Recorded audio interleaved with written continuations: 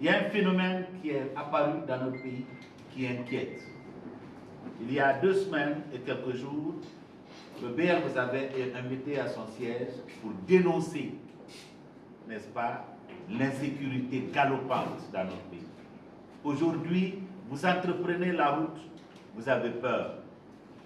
Vous êtes couché dans votre lit, vous avez peur. Vous sortez d'une école, vous avez peur. Vous voyez votre enfant prendre le sac de l'école, vous avez peur. Vous sortez d'une mosquée ou d'une église, vous avez peur. Alors, ça, ce n'est pas ce dont les Guinéens avaient rêvé. Mais c'est devenu aujourd'hui le quotidien des Guinéens. Il y a des choses qu'on avait vraiment rêvé qu'on n'allait jamais vivre maintenant dans ce pays.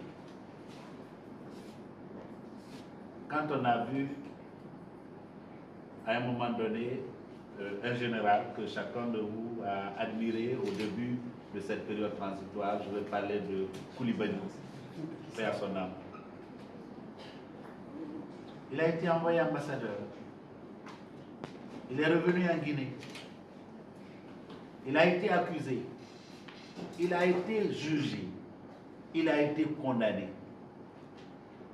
Mais dans tous les pays du monde, quand on est condamné, on va en prison.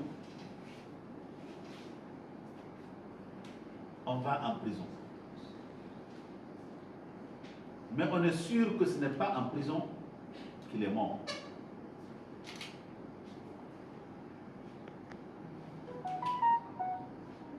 Un autre officier, le colonel Célestin, qui disparaît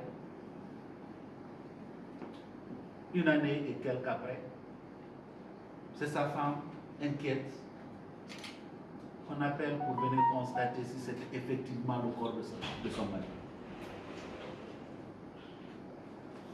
Nos amis viennent faire des essai.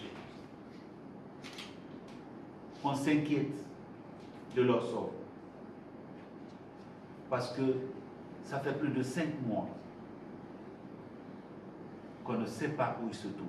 La justice nous dit qu'elle ne sait pas. Le gouvernement nous dit qu'il ne sait pas.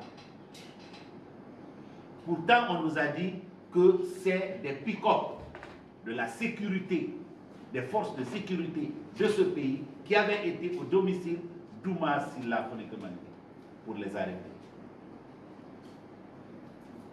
La situation est tellement grave que quand le gouvernement a ironisé en disant qu'un adulte a le droit de se perdre volontairement,